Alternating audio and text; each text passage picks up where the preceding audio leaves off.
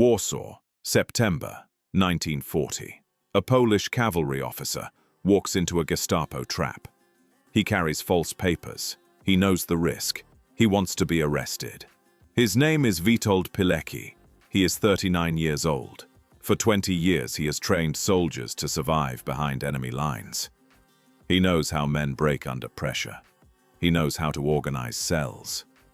He knows how to hide. But he does not know what he does not know. The Gestapo loads him onto a truck with 2,000 other men. They drive west, no one knows where. Pilecki does not speak. His hands do not shake. He breathes slowly through his nose. 3 days later, the truck stops. Iron gates open. A sign reads, "Arbeit macht frei." This is Auschwitz. Pilecki has just entered the most lethal place in Europe by choice. His mission: build a resistance network inside the camp, collect intelligence, smuggle reports to the Allies, and organize an armed uprising from within. Over the next 31 months, Pilecki will recruit over 500 members into his secret organization. He will send dozens of reports detailing mass executions, starvation protocols, and the emerging Holocaust. The Allies will receive his intelligence in London. They will not believe him. How did this happen? Witold Pilecki was born in 1901 in Russian-occupied Poland. At 17, he joined the independence movement. By 18, he was fighting Soviet forces on horseback. He served 14 months on the front lines between 1918 and 1921. After the war, he did not leave the military. He became a cavalry instructor. For the next 19 years, Pilecki trained soldiers in reconnaissance, guerrilla tactics, and resistance operations.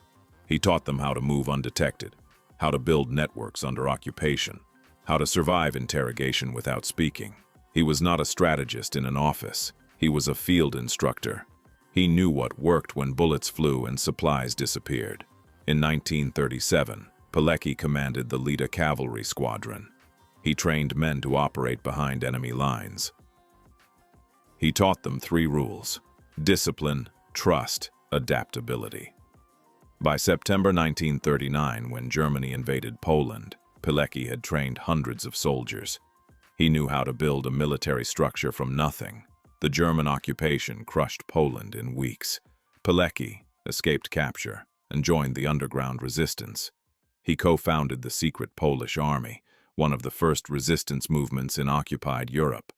By mid-1940, the resistance had a critical intelligence gap.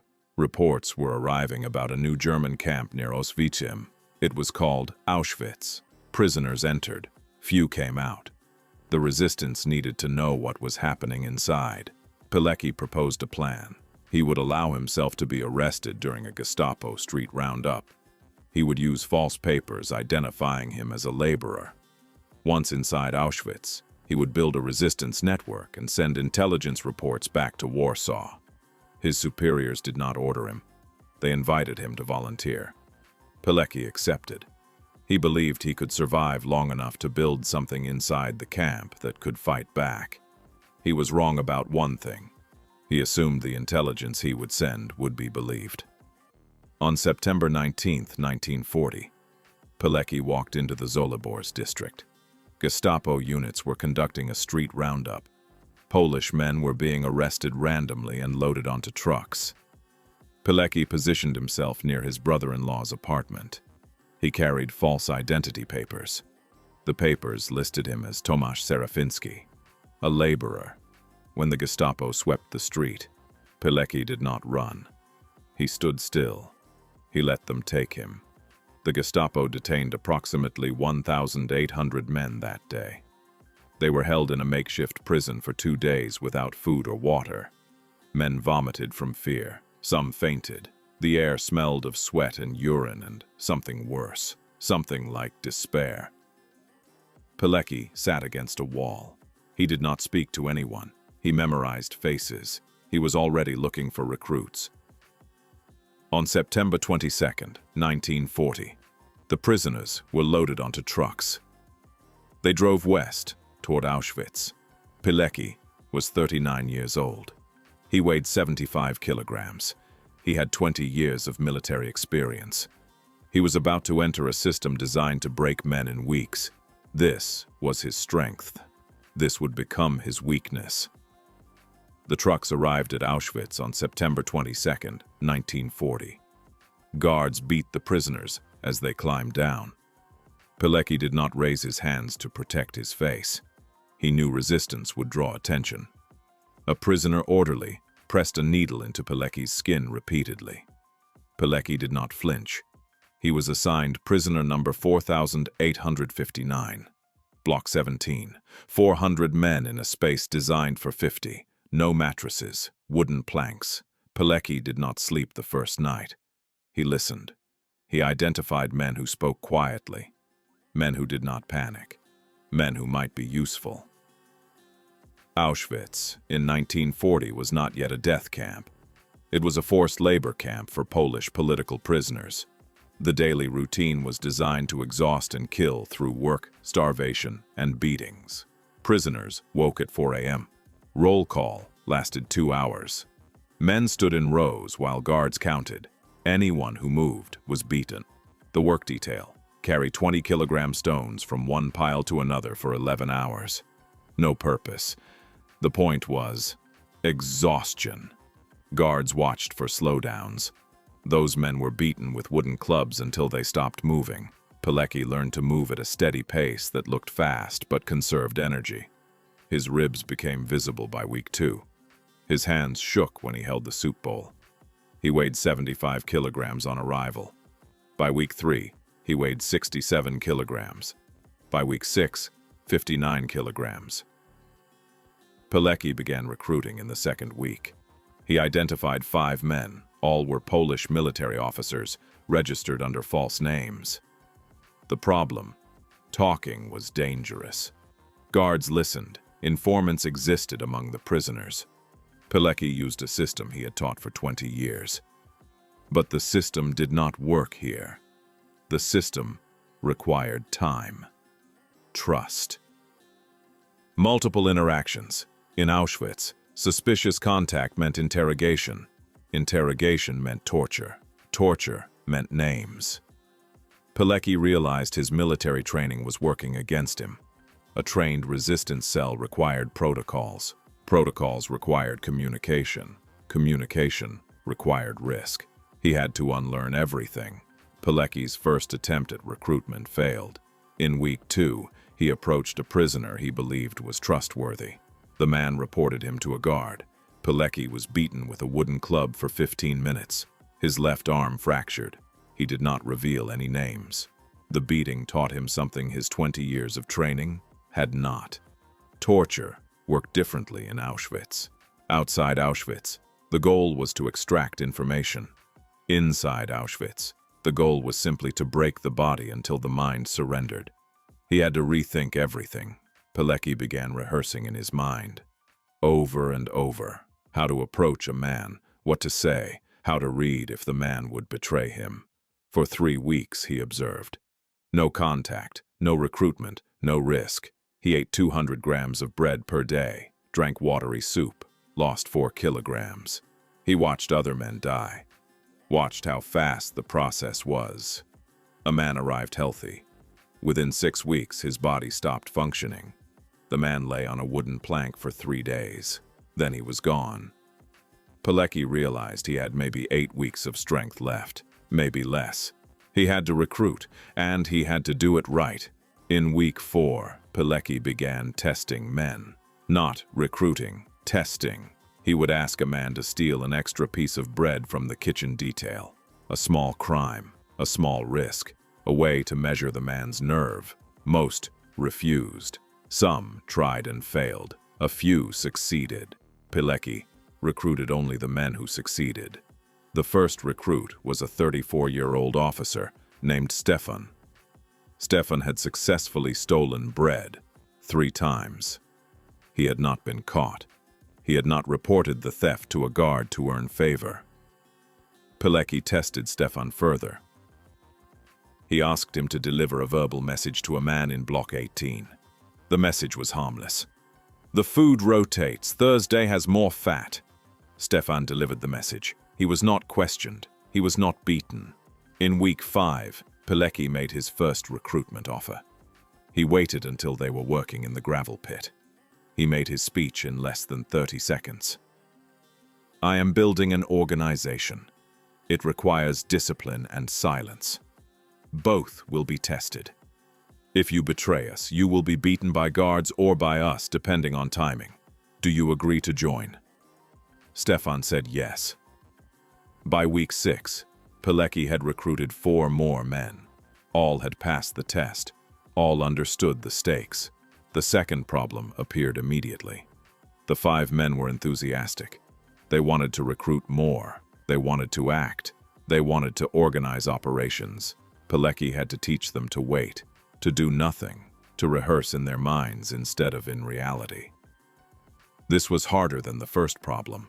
On day 18, one of the recruits wanted to steal weapons from the guards. Pilecki forbade it. The recruit argued. His voice rose. A guard heard him. The guard beat him. The recruit did not speak Pilecki's name, but he was now compromised. Other prisoners knew something was happening. Pilecki had to dissolve the organization and start over. He spent 3 days in solitary confinement as punishment for being near the recruit when the beating happened. No food, no water, just a cell 2 meters by 1 meter. His mouth dried, his lips cracked and bled. He hallucinated. He saw his wife, he saw his children, he saw men he had trained, dying in this same place. On the 4th day, a guard threw him back into Block 17. He weighed 49 kilograms. Pilecki realized the real problem was not recruitment. It was discipline. His 20 years of military training had taught him to build organizations quickly, to act decisively, to organize armed cells. Auschwitz required the opposite. Do nothing. Wait. Watch. Speak only in fragments that meant nothing to an outsider. He spent week 8 teaching his men to sit in silence, to pass messages without moving their lips, to arrange meetings that looked like accidents. They practiced passing a single piece of paper from one man to another without guards noticing. It took 19 repetitions. On the 20th attempt, they succeeded. The paper moved across the block without detection. They practiced lying to guards. Pilecki would ask them, "Why did you stop working?" The men would answer with fabricated reasons. A backache, hunger, a headache. On day 3, one man hesitated. Half a second too long. That hesitation would have killed them all. Pilecki made him repeat the lie 11 times. Each time faster, each time more naturally. By day 5, the man could lie without hesitation. By week 9, Pilecki had 12 men trained. By week 12, he had 30 men. Each trained, each tested, each capable of being beaten without breaking. By month 4, Pilecki weighed 48 kilograms. He had survived typhus once. His teeth were loose from scurvy. He had trained soldiers for 20 years. He understood the cost of discipline. But nothing had prepared him for this. His hands shook constantly, not from fear, from hunger. His vision occasionally blurred. His stomach had forgotten how to process food. But his organization was growing. By spring 1941, Zhao had over 100 members spread across 4 blocks. Zhao's second objective was intelligence. Pilecki needed to document what was happening and send reports to Warsaw. He recruited men who worked in the camp administration. They copied numbers, daily arrivals, executions, deaths from disease. In November 1940, Zhao sent its first report. A piece of cigarette paper with handwriting so small it required a magnifying glass. The report was written in a code only Pilecki understood. It documented 2,000 Polish prisoners, daily executions of 10 to 15 men, systematic starvation. A Zhao member who worked in the bakery smuggled the report in a loaf of bread. The bread was delivered to a civilian contractor. The contractor passed it to a Polish resistance courier in Auschwitz. The courier carried it to Warsaw. Warsaw forwarded it to London.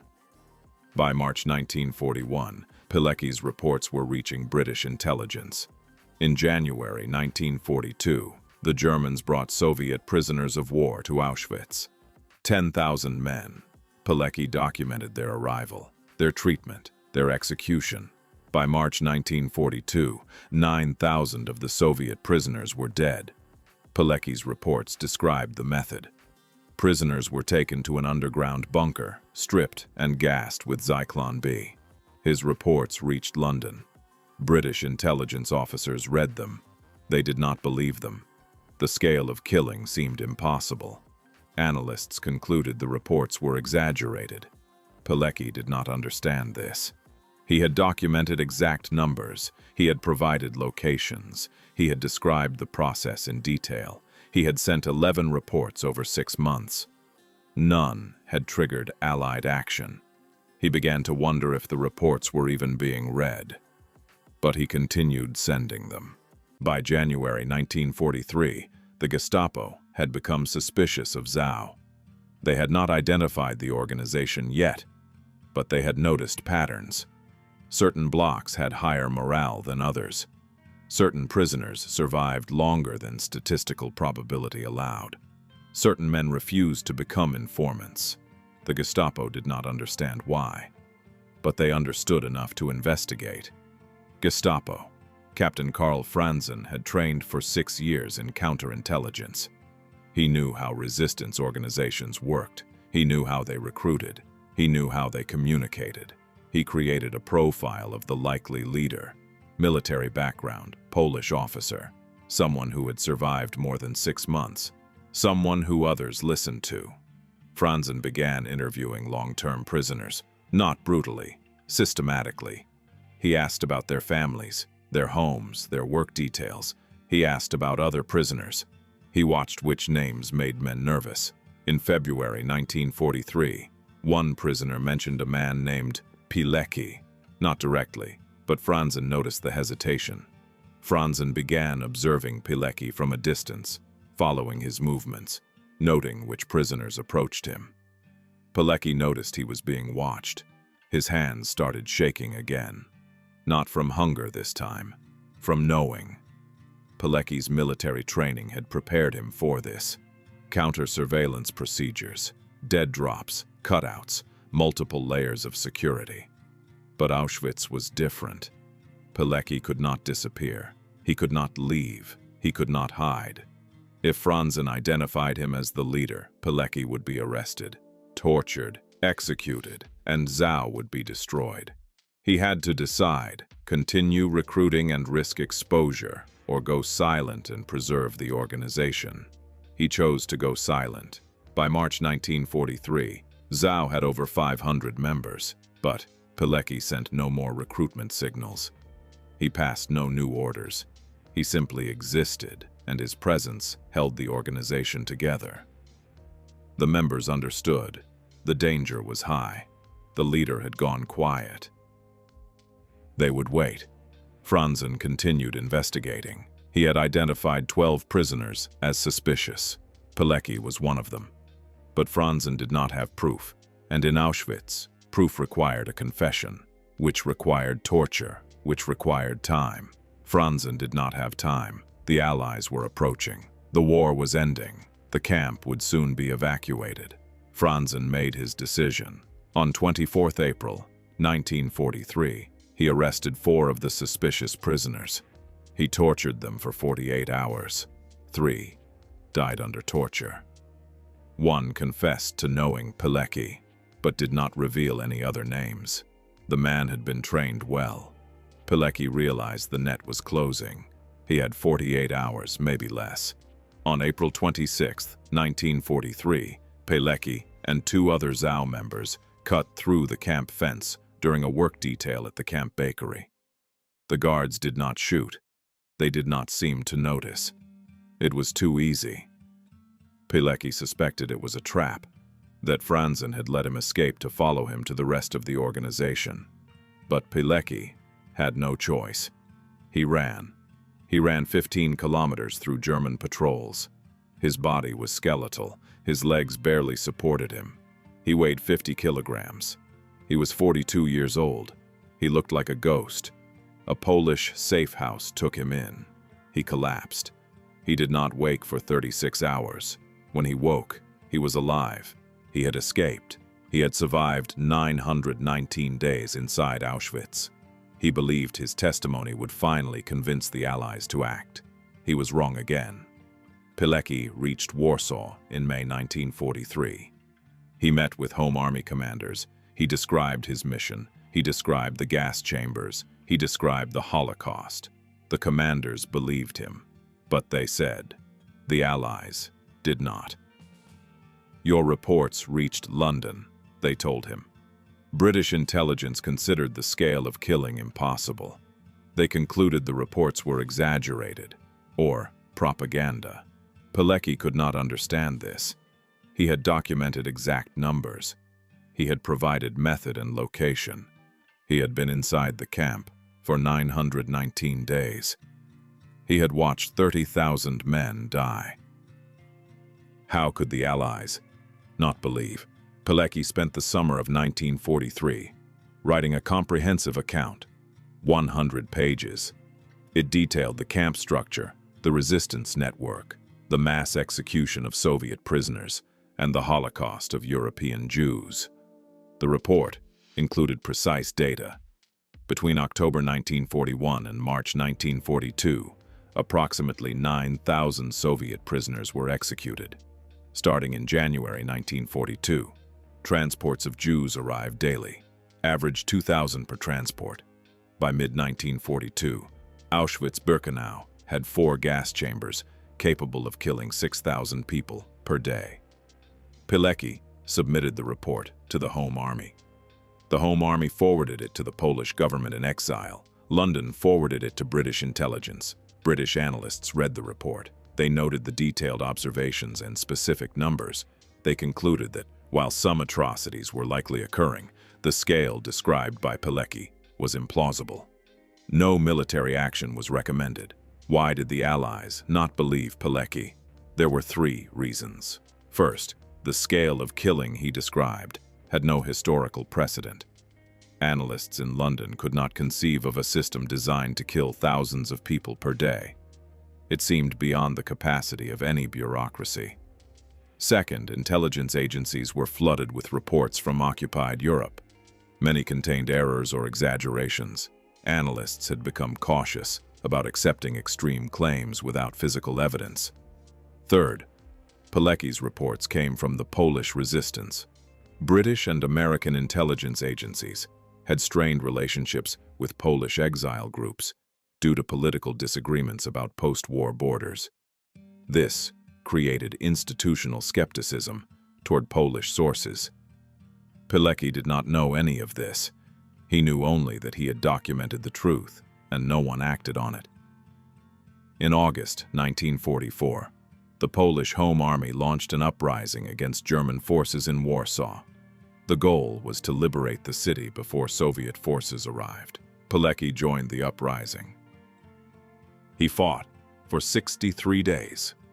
The Germans crushed the uprising in October 1944. Approximately 200,000 Polish civilians were killed.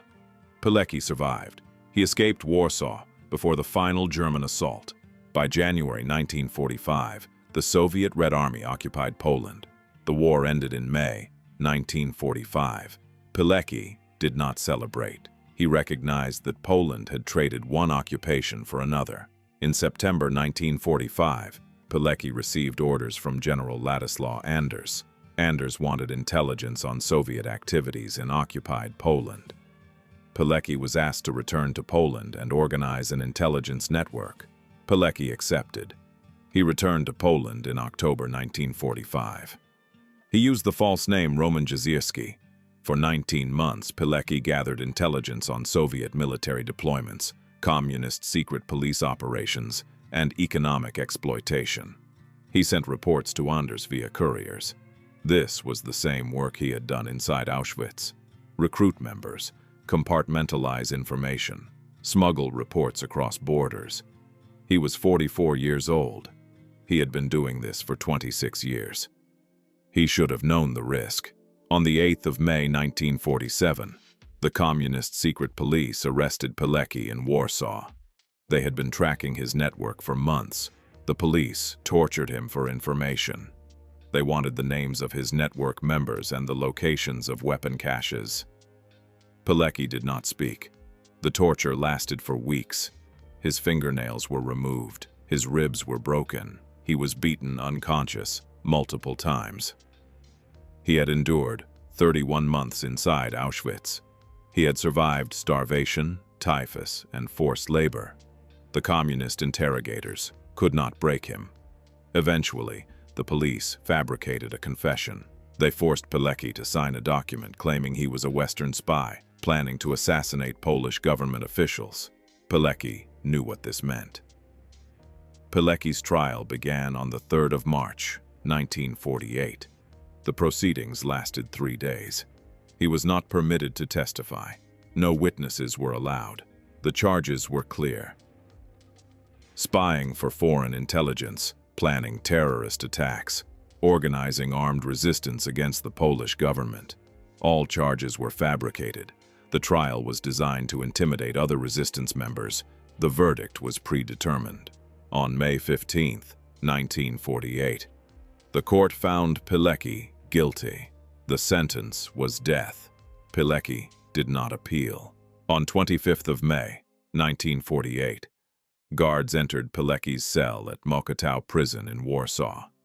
They escorted him to the execution chamber. Pilecki walked without assistance. He did not speak. At 9 p.m., an officer shot Pilecki in the back of the head. He was 47 years old. His body was buried in an unmarked grave. The location was not recorded. His family was not informed. The Polish communist government classified all documents related to Pilecki's arrest and execution. His name was erased from official records. For the next 42 years, Witold Pilecki did not exist in Polish history. Pilecki's wife, Maria, learned of his death through unofficial sources in 1949. She received no confirmation from the government. Pilecki had 2 children. His son, Andrei, was 14 years old in 1948. His daughter, Zofia, was 12. Maria did not tell them how their father died. She told them he had disappeared. She did not explain the circumstances. Andrei and Zofia grew up believing their father had abandoned the family. They did not learn the truth until 1989, when they were in their 50s. Maria never remarried. She died in 1984 without seeing her husband's name cleared. Several ZOW members survived Auschwitz. After liberation, in January 1945, they returned to Poland. They did not speak about their resistance work. The communist government considered Home Army veterans to be enemies of the state. Former resistance members were arrested, imprisoned, or executed. ZOW survivors learned to stay silent. They did not tell their families about the network. They did not mention Witold Pilecki. In the 1950s and 1960s, some ZOW members were interviewed by Western historians researching Auschwitz. They described the camp structure, the labor system, and the mass killings. They did not mention the resistance network. By the 1970s, many had died. Those who remained carried the secret into old age. One ZOW member, interviewed in 1983 at age 72, said, "We did what we could. It was not enough. That is all I can say." The Polish communist government created its own narrative of Auschwitz resistance. Official histories emphasized Soviet prisoners and Communist Party members. Home Army resistance networks were minimized or erased. Pilecki's name was not mentioned in any Polish textbook or memorial until 1989. The Auschwitz Museum, established in 1947, did not reference ZOW in its exhibits until 1990. Western historians knew about Pilecki. His reports were in British archives. But without access to Polish witnesses or documents, they could not verify the full scope of his network. Pilecki remained a footnote. In 1989, the communist government of Poland collapsed. Democratic reforms began. Classified archives were opened. In 1990, the Polish government formally rehabilitated Witold Pilecki. His 1948 conviction was declared invalid. His name was restored to official records. His children, Andrei and Zofia, learned the full story of their father's life for the first time. They were 56 and 54 years old. Voluntary Pilecki said in a 1991 interview, "We were told he was a traitor. We believed it for 40 years. Now we learn he was a hero. How do you process that?" In 2000, a researcher at the Auschwitz Museum discovered a hidden cache of documents in the basement of Block 17. The documents were wrapped in oilcloth and buried under a floorboard. They were intelligence reports written by ZOW members between 1941 and 1943. The reports had been hidden before the authors were executed. One report, dated February 1943, documented the arrival of 4,000 Jews from Greece. It noted that 3,200 were sent directly to the gas chambers upon arrival. The remaining 800 were registered as laborers. This matched German records discovered after the war. Pilecki's intelligence had been accurate. In 2006, the Polish government awarded Pilecki the Order of the White Eagle, Poland's highest honor. The award was presented posthumously. In 2013, the Pilecki Institute was established in Warsaw to document resistance movements under totalitarian regimes. In 2015, a memorial plaque was installed at Mokotów prison, where Pilecki was executed. In 2019, the Auschwitz Museum opened a permanent exhibit dedicated to ZOW and Pilecki's mission. These honors came 71 years after Pilecki's execution. The numbers. How many lives did Pilecki's intelligence save? The answer is 0. His reports did not trigger military action. No Allied bombing raids targeted Auschwitz. No weapons were dropped to ZOW. No rescue operations were launched. Between January 1942 and November 1944, approximately 1,100,000 Jews were murdered at Auschwitz-Birkenau. Pilecki documented this genocide in real time. The Allies received his reports. They did not act. From a utilitarian perspective, Pilecki's mission accomplished nothing. But there is another way to measure success. Pilecki's reports are now held in archives in London, Washington, and Warsaw. They are studied by historians researching the Holocaust. They provide detailed testimony from inside the camp while the genocide was occurring. Without Pilecki's intelligence, historians would have less documentation of the scale and methods of the Holocaust. His reports corroborate survivor testimony in German records. Pilecki created a historical record. He documented crimes that the perpetrators tried to hide. Is that enough to justify 919 days inside Auschwitz and execution by his own countrymen? Before his execution, Pilecki wrote a final letter to his wife. The letter was smuggled out of Mokotów prison by a sympathetic guard. It reached Maria in 1949. The letter did not discuss politics or regret. It contained instructions for raising their children. It expressed love. The final paragraph read, "I tried to live my life in such a way that in my last hour I would be happy rather than fearful. I find that I am happy." Maria kept the letter for 35 years. She gave it to her son, Andrei, in 1984, 3 days before she died. Voluntary Pilecki said in a 2006 interview, "I do not know if my father was happy. I know he believed he was doing the right thing. I do not know if that is the same." Witold Pilecki's body was never found. Mokotów prison records do not specify where executed prisoners were buried. Researchers believe his remains are in a mass grave somewhere in Warsaw. In 2012, ground-penetrating radar identified a possible site. Excavation was approved but never completed due to funding issues. As of 2025, Pilecki has no marked grave. His name is on memorials in Warsaw, Auschwitz, and London. His story is taught in schools. His reports are preserved in archives. But the man himself remains underground in an unmarked location. Perhaps that is the final irony. The man who voluntarily entered the most documented site of atrocity in history now lies in an unknown grave. Pilecki spent 20 years training soldiers to survive behind enemy lines. He spent 31 months inside Auschwitz, building a resistance network. He spent 19 months gathering intelligence under communist occupation. He spent his last 13 months being tortured, tried, and executed. He believed the truth would be enough. He believed detailed documentation would compel action. He believed sacrifice had meaning. The Allies did not act. The communists executed him. History honored him 42 years too late. The question remains unanswered. If the Allies had believed Pilecki's reports in 1942, could they have stopped the Holocaust? There is no consensus among historians. Some argue that bombing Auschwitz or the rail lines could have disrupted the killing. Others argue that such operations were not feasible given Allied priorities.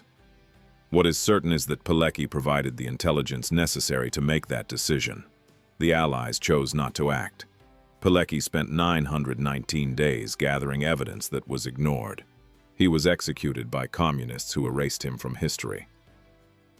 He was rehabilitated 42 years after his death by a government that honored him with medals he would never see.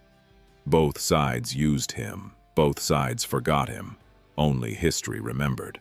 Pilecki spent 919 days gathering evidence that was ignored. He was executed by the government he tried to save. Here is the question. If you had known in 1940 that your reports would be dismissed, your network erased, and your name forgotten for 42 years, would you still walk into Auschwitz? Leave your answer in the comments. Subscribe if these questions matter to you. We tell one forgotten story every week.